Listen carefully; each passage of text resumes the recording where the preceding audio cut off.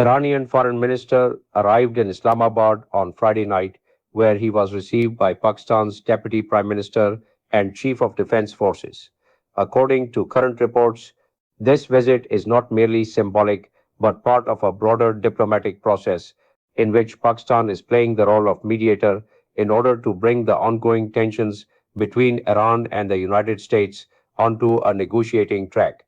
U.S. Special Envoy Steve Witkoff and President Trump's advisor Jared Kushner were also expected to arrive in Islamabad to hold indirect or possibly direct talks with the Iranian delegation. However, Iran's official position has stated that no confirmation has been given of any direct meeting with the United States in Islamabad, and it is more likely that contacts will take place through Pakistan's mediation. For this reason, the situation remains unclear and dynamic at this stage.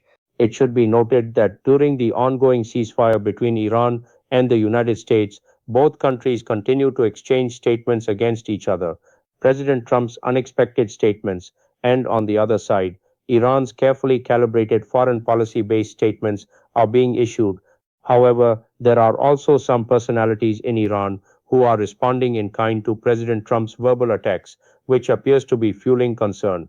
Tension remains on multiple fronts simultaneously in the region. In southern Lebanon, three deaths have been reported as a result of an Israeli airstrike, despite which the ceasefire is apparently in effect.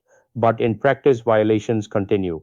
This situation has raised serious and growing questions about the future of the ceasefire.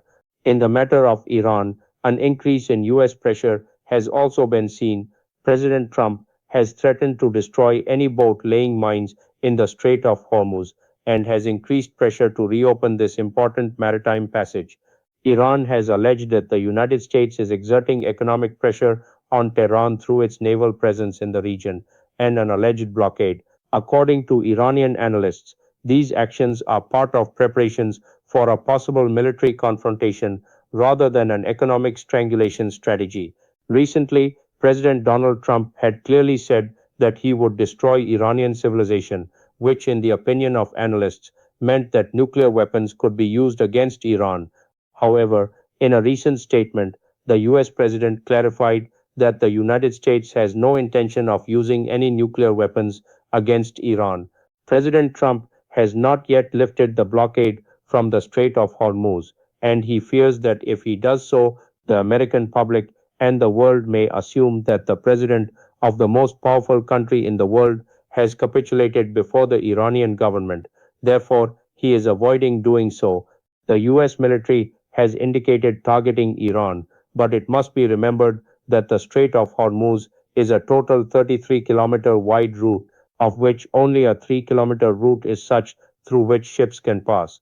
Therefore, from a naval and aerial perspective, defeating Iran is difficult, and until the American nation is ready to bear hundreds and thousands of bodies, this threat cannot be effective, and until there is a ground war, defeating Iran is not possible.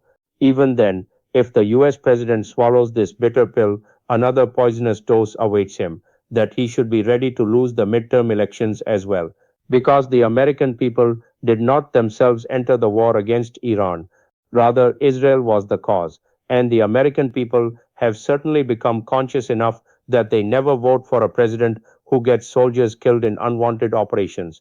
On the other hand, Iran's senior leadership has rejected US claims of internal division or disagreement and has made it clear that the country's political leadership is firmly united.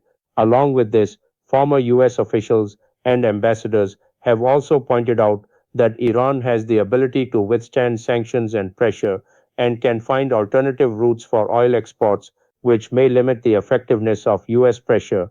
Alarmingly, there has also been an increase in US military presence in the region. And after the deployment of an aircraft carrier named George Bush, three major US naval fleets are now present in the Middle East. This development has further increased concerns about the balance of power in the region and possible conflict. Political debate is also ongoing in the United States regarding Iran. More than a dozen Democratic members of Congress have urged the administration to temporarily stop the deportation of approximately 12,000 Iranian students and other individuals. because they may face risks upon return. The global energy market is also being affected by this tension. Due to arrests and tensions in the Strait of Hormuz, crude oil prices have increased beyond $106 per barrel. According to experts, if the situation worsens further, oil prices may reach $200, which could become a severe and painful crisis for the global economy, which the international community has neither seen nor heard before, and neither have Middle Eastern or Western countries made any preparation to deal with this crisis.